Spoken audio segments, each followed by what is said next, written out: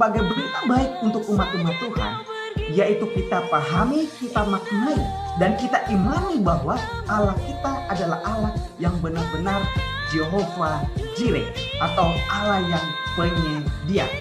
Shalom, selamat malam Bapak Ibu Saudara-saudara yang terkasih dalam Tuhan kita Yesus Kristus. Selamat malam.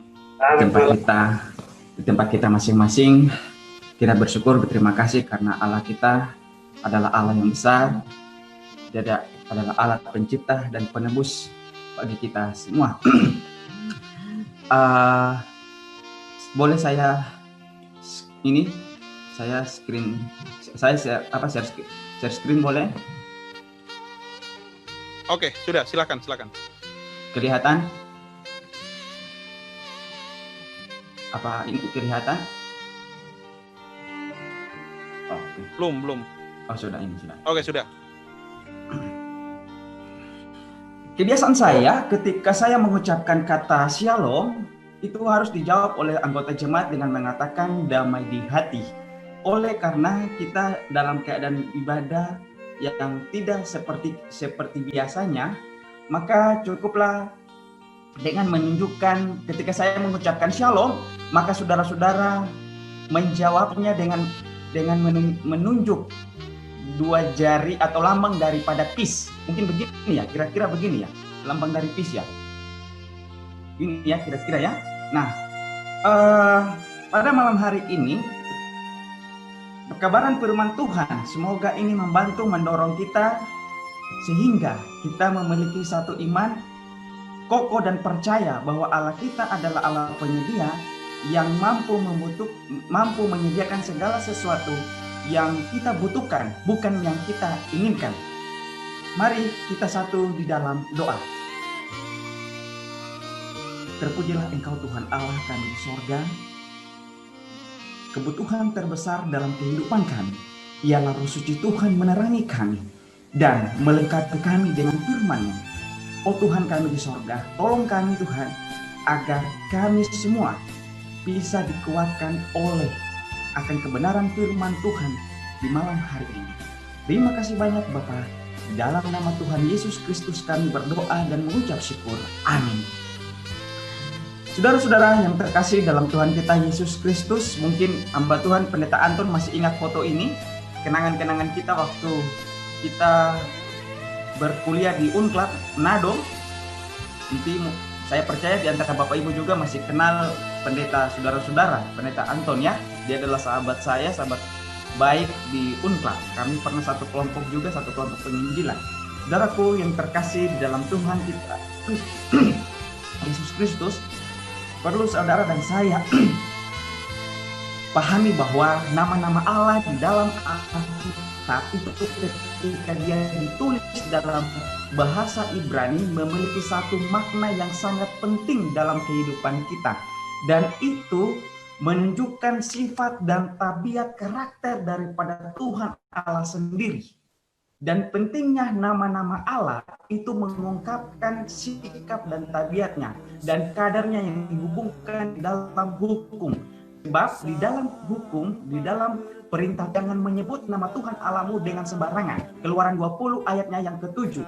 Dan Raja Daud menyanyi, dia katakan, aku hendak bersyukur kepada keadilannya.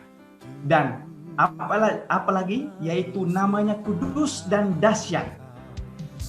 Biarlah semua memuji Tuhan, sebab hanya namanya saja yang tinggi dan luhur. Saudara-saudara umat-umat Tuhan yang dikasihi, nama-nama Ibrani Allah, penulisan nama-nama Allah dalam menggunakan bahasa Ibrani yang memiliki satu pengertian. Ada begitu banyak nama-nama Allah yang ditulis dalam bahasa Ibrani, namun ada hanya 5 yang saya mau pada saat ini, yaitu yang pertama adalah Elohim, yang menunjukkan kuasa Tuhan Allah digambarkan sebagai satu oknum yang kokoh dan dia adalah pencipta semesta kita. Lalu yang kedua adalah Elion, yang menunjukkan bahwa Allah kita adalah Allah yang maha tinggi berpugah Adonai, yang menggambarkan sebagai Allah penjaga dan pembela daripada kita. Saudara-saudaraku yang terkasih dalam Tuhan kita Yesus Kristus, nama-nama Allah ini yang dituliskan dalam bahasa Ibrani menekankan sifat Allah yang agung dan mulia. Ada lagi selain daripada ketiga yang baru saja saya sampaikan, ada yang sering kita dengar yaitu El Shaddai, yang artinya adalah Allah Maha Tinggi, menggambarkan Allah yang Maha Tinggi dan dia adalah sumber berkat dan penghiburan. Keluaran 6 ayat 3 dan Mazmur 91 ayatnya yang pertama. Dan yang terakhir pada saat ini adalah yang sering kita dengar juga, yang tidak asing di dalam saat kita mendengar, yaitu Jehovah Jireh atau Tuhan penyedia, yang menekankan akan janji-janji dan kemurahannya. Saudara-saudaraku yang terkasih dalam Tuhan Yesus Kristus, kenapa nama-nama Allah dituliskan dalam bahasa Ibrani? Sekali lagi, ini menekankan sifat Allah yang agung dan amat mulia. Renungan pada malam hari ini saya ambil pada nama Allah yang kelima, yaitu Jehovah Jireh. Dalam bahasa gaul orang timur adalah the Lord my healer. Dalam buku ini mulai muncul dalam Kejadian 22 ayatnya yang ke-14. Saudara-saudaraku yang terkasih dalam Tuhan, kalau di dalam penulisan Alkitab lain, Lembaga Alkitab Indonesia, dia menuliskan yaitu Allah menyediakan. Tetapi dalam versi King James Version, Kejadian 22 ayatnya yang ke-14, dia menggunakan kata Jehovah Jireh. Secara dia punya translate bebas yang saya ketahui, dan mungkin ya di antara saudara-saudara yang jago memahami dalam bahasa Inggris, yang dikatakan di sini bahwa dan Abraham memanggil dan menyebutkan tempat itu adalah Jehovah Jireh. Dalam penulisan King James Version, dia lebih dekat dalam bahasa aslinya, bahasa Alkitab atau bahasa Ibrani, yaitu Jehovah Jireh. Ini Pendeta Anton ini salah satu mahasiswa yang paling pintar dalam bahasa Ibrani dan bahasa Hebrew di Unclad, maka dia disayang oleh beberapa dosen. Dan beliau tahu sekali kalau cara parsing, cara penulisan dan sebagainya, pintar sekali dia. Nah, saudara-saudaraku, Jehovah Jireh ini jika diartikan, sekali lagi, kalau di Lembaga Alkitab Indonesia, dia dalam buku Kejadian 22 ayat yang ke-14, itu ditulis dalam bahasa Indonesia adalah apa saudara? Allah menyediakan. Tetapi di dalam bahasa aslinya, Jehovah Jireh itu ketika ditranslate, maka diartikan dalam bahasa Indonesia adalah Allah melihat. Jehovah Jireh ditranslate sebagai Allah melihat. Nah, saudara-saudaraku yang terkasih di dalam Tuhan kita Yesus Kristus,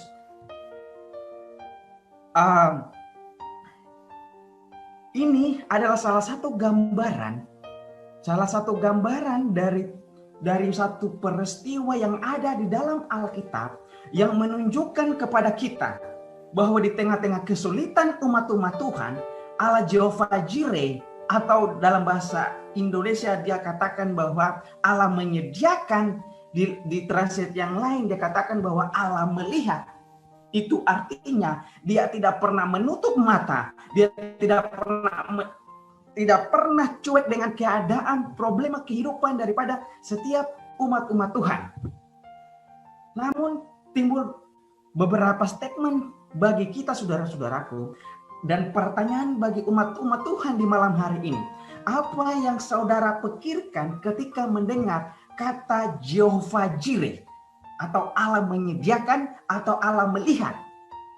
Banyak sekali doa-doa yang kita naikkan, atau doa-doa yang kita dengar yang menyangkut dengan kebutuhan hidup kita. Keterangan yang ada di atas seakan-akan dia merujuk kepada kebutuhan finansial kita. Karena kita mempercayai Allah kita adalah Allah yang kaya, yang Dia sanggup dan Dia tidak lalai untuk menepati janjinya kepada mereka yang selalu meminta, kepada mereka yang selalu memohon kepadanya. Saudara-saudaraku yang terkasih dalam Tuhan kita Yesus Kristus, bahkan di dalam doa-doa kita selalu memanggil Dia sebagai Allah Jehovah Jireh, atau Allah penyedia, atau Allah yang melihat.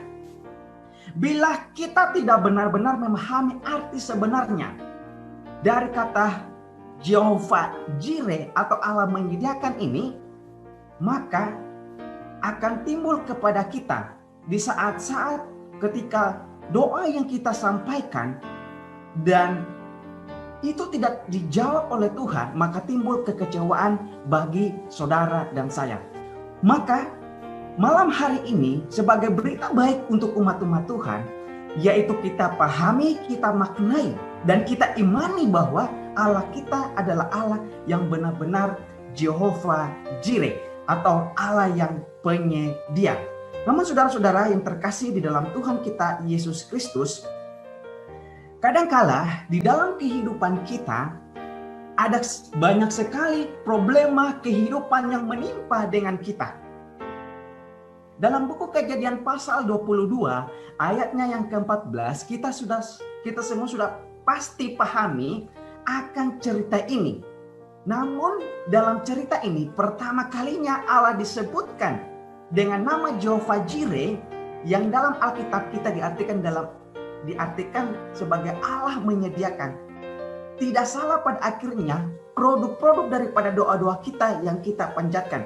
Apabila keadaan atau keterdesakan kebutuhan dengan memanggil nama Allah Jehovah Jireh, namun apakah benar saat kita memanggil Allah Jehovah Jireh itu, Dia benar-benar saat itu juga memenuhi apa yang kita sementara butuhkan di saat yang sama?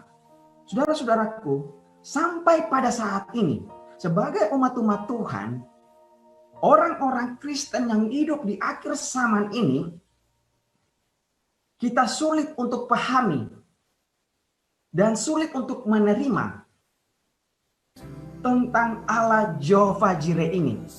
Karena kadangkala kekecewaan menimpa dengan kita di saat Tuhan menjawab tidak melalui doa-doa kita.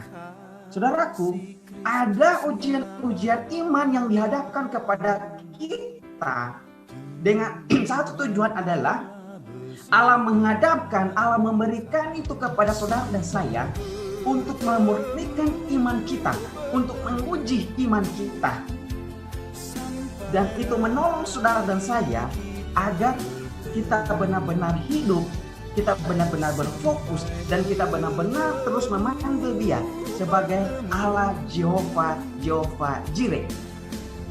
Saudara-saudaraku, ujian itu dipakai Allah untuk membuktikan kemurnian kita, kemurnian akan iman kita. Oleh sebab itu, apabila kita benar-benar mengerti kebenaran ini, maka saudara dan saya harus menganggap ujian itu dianggap sebagai suatu kehormatan di dalam kerajaan Allah.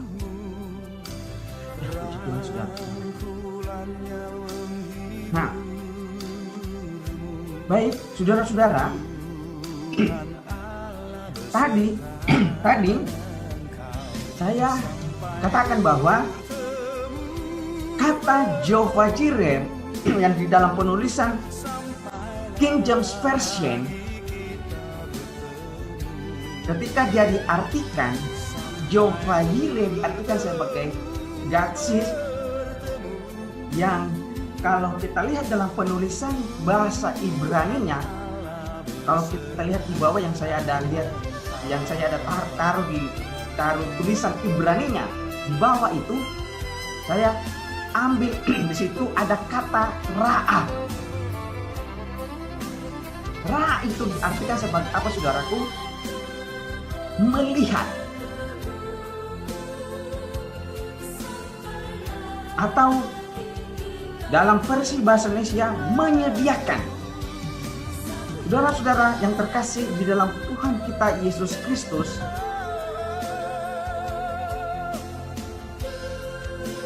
dengan mengerti akan pekabaran firman Tuhan mengenai Allah melihat, maka ada satu dorongan bagi saudara dan saya secara keseluruhan, tindakan aktif untuk mau melakukan sesuatu sesuai dengan arahan Tuhan, agar kita benar-benar mendapatkan atau kita benar-benar memiliki satu wujud jawaban doa daripada Tuhan dengan keadaan yang bersamaan saat kita memanggil Dia sebagai Allah Jehovah Jireh. Saudara-saudara yang terkasih dalam Tuhan kita Yesus Kristus, pada saat Abraham diuji akan imannya untuk mempersembahkan anaknya yang satu-satu yang sudah dinantikan selama 100 tahun, yang membuat sehingga ada pergumulan di dalam iman. Apakah dia harus melakukan atau tidak melakukannya? Maka ada satu statement yang bisa saya sampaikan, yaitu di mana Tuhan melihat iman daripada Abraham. Tuhan melihat kesetiaan dan kesungguhan daripada Abraham. Maka Allah menyediakan domba sebagai pengganti anak yang dikasihi. Saudaraku, asal Tuhan melihat imanmu, asal Dia melihat kesetiaan dan kesungguhanmu, maka itu sudah cukup untuk mendatangkan tangan pertolongannya kepada kita.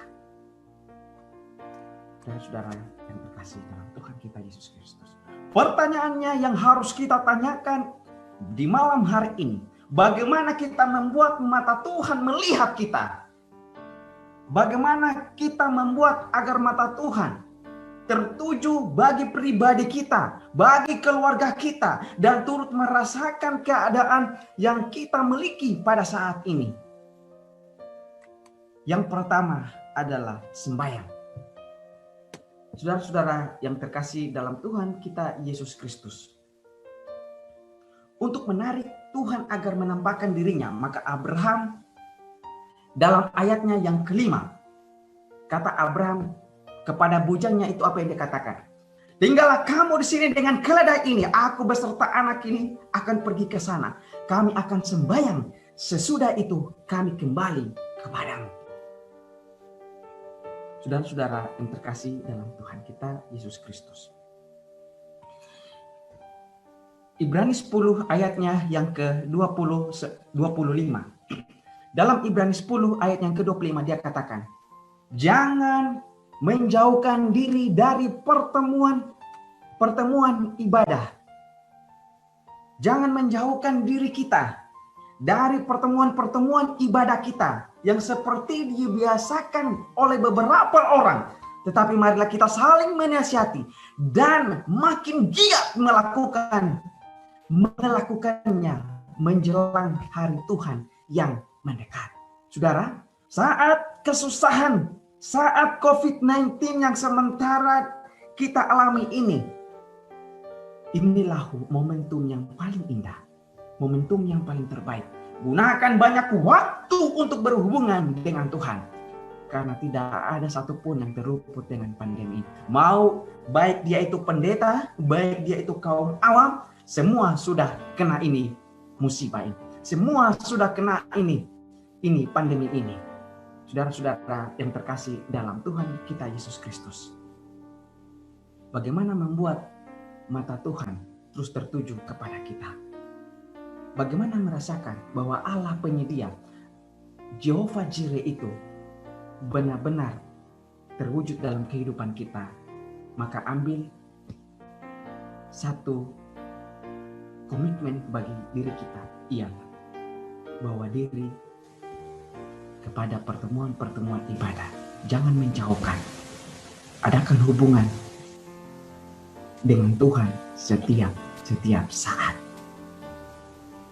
Saudara-saudara yang terkasih dalam Tuhan kita Yesus Kristus, bagaimana kita membuat agar mata Tuhan tertuju kepada kita? Yang kedua adalah harus ada kesediaan. Harus ada kesediaan untuk mengorbankan segala sesuatu yang diminta olehnya. Apa yang dikorbankan oleh Abraham, anak satu-satunya yang sudah dinantikan selama 100 tahun. Untuk menarik Tuhan agar menampakkan diri dan menolong kita. Maka dalam pasal ini, Alkitab meminta sesuatu yang sangat penting. Ishak yang dikasihi Abraham, yaitu anak yang dinantikan selama 100 tahun. Namun untuk membuat Tuhan menampakkan dirinya, maka setidaknya diperlukan keberanian untuk melepaskan dan mengorbankan segala sesuatu yang dimintanya, yang diminta Allah. Saudara-saudara yang dikasihi dalam Tuhan kita Yesus Kristus, apa yang Tuhan minta dari kita? Apakah Tuhan minta kekayaan kita? Saudara-saudara, apa yang Tuhan minta dari kita?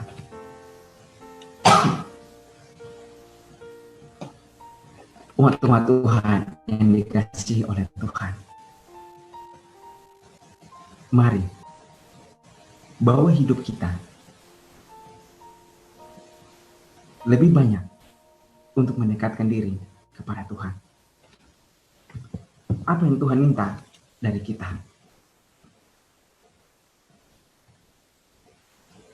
Ya, kalau di zaman dulu, sebagai ucapan syukur pengampunan dosa, orang korbankan domba.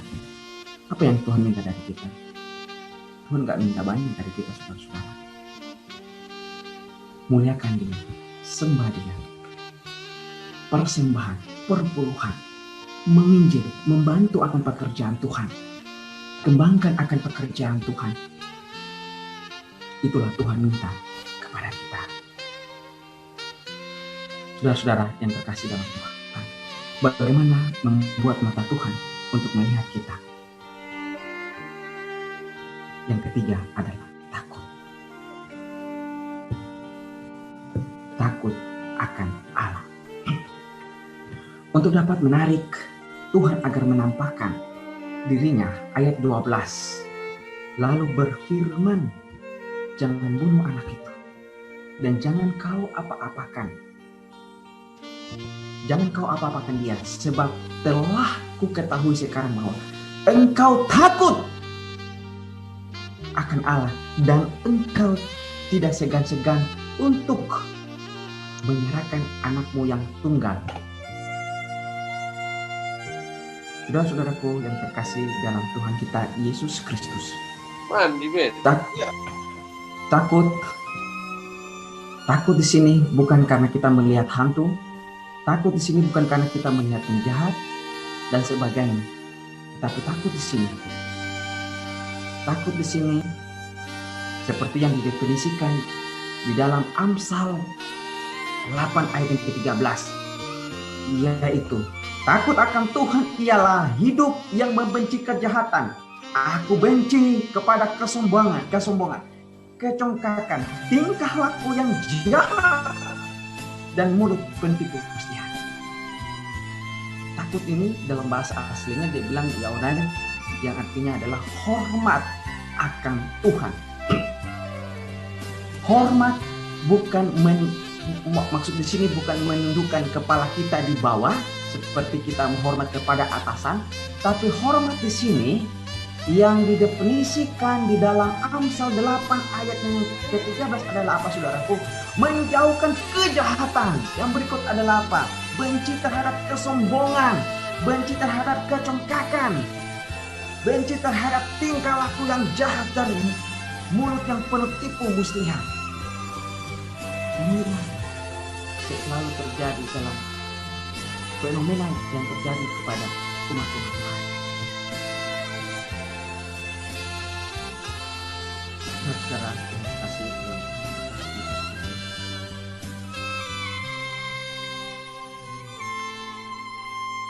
sebagai umat-umat Tuhan, mari kita membuat Allah menampakkan dirinya dan menolong kita. Karena kita memiliki pengertian benar terhadap Jehovah Jireh yang sebenarnya. Saat bangun dari tidur seringkali kita pikirkan, kita langsung pikirkan atau pikiran kita selalu dipenuhi kekhawatiran, kecemasan tentang apa yang hendak kita makan, minum, dan pakai selama kita terus khawatir, berarti kita belum percaya sepenuhnya kepada Tuhan. Belajarlah dari Ayub seperti dikatakan dalam Ayub pasal 3 ayat yang ke-25 sampai ayat yang ke-26.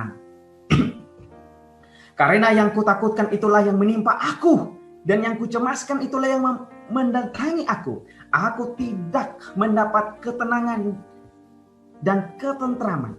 Aku tidak mendapat istirahat, tapi kegelisahanlah yang timbul. Karena terlalu banyak khawatir, terlalu banyak kecemasan, maka sebenarnya ini tidak terjadi. Namun karena kekhawatiran terlalu menimpa kita, kecemasan terlalu menimpa kita, maka yang terjadi pasti bisa kita sakit dan terlalu berpikir dan membayangi akan kehidupan kita. Pribadi kita masing-masing, inilah yang sering terjadi kepada kita. Berhentilah untuk cemas dan khawatir. Tuhan memerintahkan kita untuk tidak khawatir dan cemas tentang kebutuhan hidup kita, karena sesungguhnya Tuhan tahu persis apa yang kita butuhkan. Jika Tuhan begitu bermurah hati memelihara burung-burung di udara yang tidak menabur dan tidak menuai, tetapi dipelihara oleh Tuhan, maka sebagai kita yang diciptakan oleh Tuhan, jauh lebih berharga daripada burung itu. Saudara-saudara yang terkasih dalam Tuhan kita Yesus Kristus, Allah menyediakan, Tuhan begitu bermurah hati dan memelihara akan kehidupan kita. Tidak pernah meninggalkan atau membiarkan umat-umatnya meminta-minta dan sebagainya. Bukankah keberadaan kita lebih berharga di mata Tuhan? Tuhan sendiri menegaskan, oleh karena engkau berharga di mataku dan mulia, dan aku ini mengasihi engkau. Yesaya pasal 43 sampai ayatnya yang keempat. Dan demikian juga dikatakan dalam 1 Korintus pasal 2 ayatnya yang ke-9.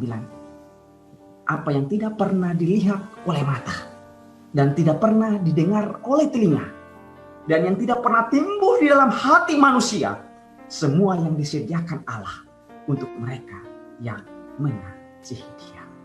1 Korintus pasal 2 ayatnya ke-19. Saudara-saudara, Ellen G. White katakan bahwa sebagai orang Kristen itu sukar sulit. Sebagai orang Kristen itu tidak akan hidup senang-senang. Banyak kesusahan dan penderitaan menimpa dengan kehidupan kita. Tapi ingat, jika pohon itu baik, jika kehidupan kita baik, maka kehidupan kita juga menghasilkan perbuatan yang baik. Diceritakan untuk mengakhiri renungan saya pada malam hari ini. Ada satu kisah yang diceritakan oleh seorang evangelis yang bernama Horatio, sahabat yang pernah mengalami kedamaian dan keberhasilan di hari-hari penuh sukacita sebagai seorang pengacara sukses di Chicago. Ia adalah ayah dari 4 orang anak perempuan, dan dia adalah seorang anggota gereja yang sangat aktif di evangelis. Kemudian suatu ketika datanglah satu malapetaka demi malapetaka yang ditimpa dalam keluarganya. Kebakaran besar yang berada di tempat tinggalnya. pada tahun 1871 yang menghabiskan investasi besar keluarga daripada Safrod ini.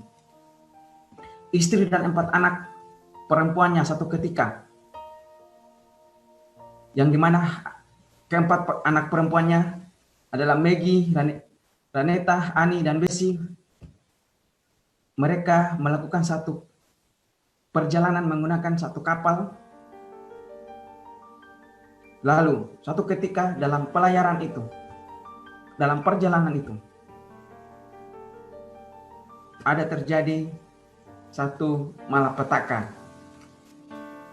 yang menyebabkan sehingga kapal mereka, kapal yang tumpangi itu harus tenggelam.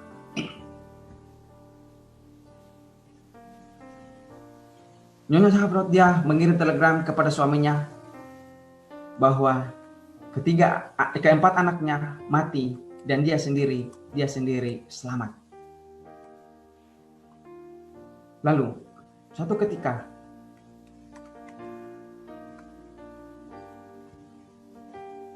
dia bertemu dengan istrinya, lalu dia berkata, "Saya tidak kehilangan anak-anak saya. Kita hanya berpisah untuk sementara waktu."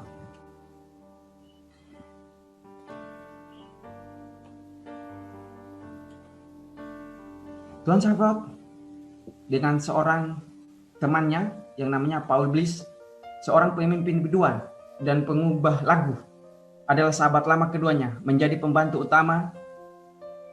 Dan suatu ketika mereka diminta, Bliss ini dia diminta bersedia untuk mengubah lagu syair daripada Safrod ini pada hari Jumat November tanggal 1876, di mana dia memperkenalkan lagu yang sering kita nyanyikan setiap saat di buku lagu Sion,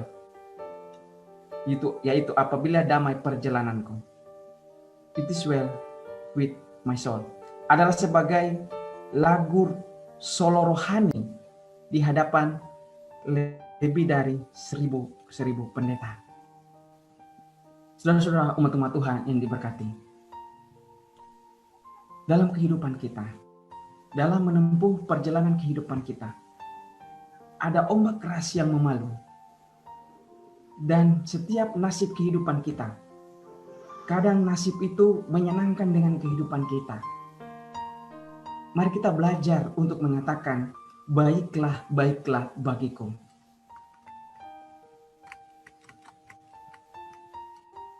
Dalam menempuh perjalanan kehidupan kita, mari kita yakinkan dan kita doakan. Dan kita katakan, Tuhan, lekaslah datang di awal. Lekaslah datang Tuhan. Karena saya berada di dunia yang fana ini, saya sudah bosan. Saya rindu untuk melihat kemuliaan-Mu.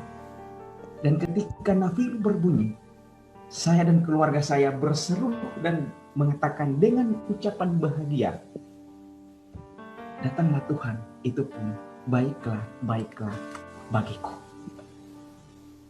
Ingat, Tuhan tidak selalu memberikan yang kita inginkan, tetapi Tuhan selalu memberikan yang kita butuhkan. Bersyukurlah apapun keadaanmu saat ini. Ambil hikmatnya. Saya bawa dalam nama Tuhan Yesus. Amin. Amin. Amin. Amin.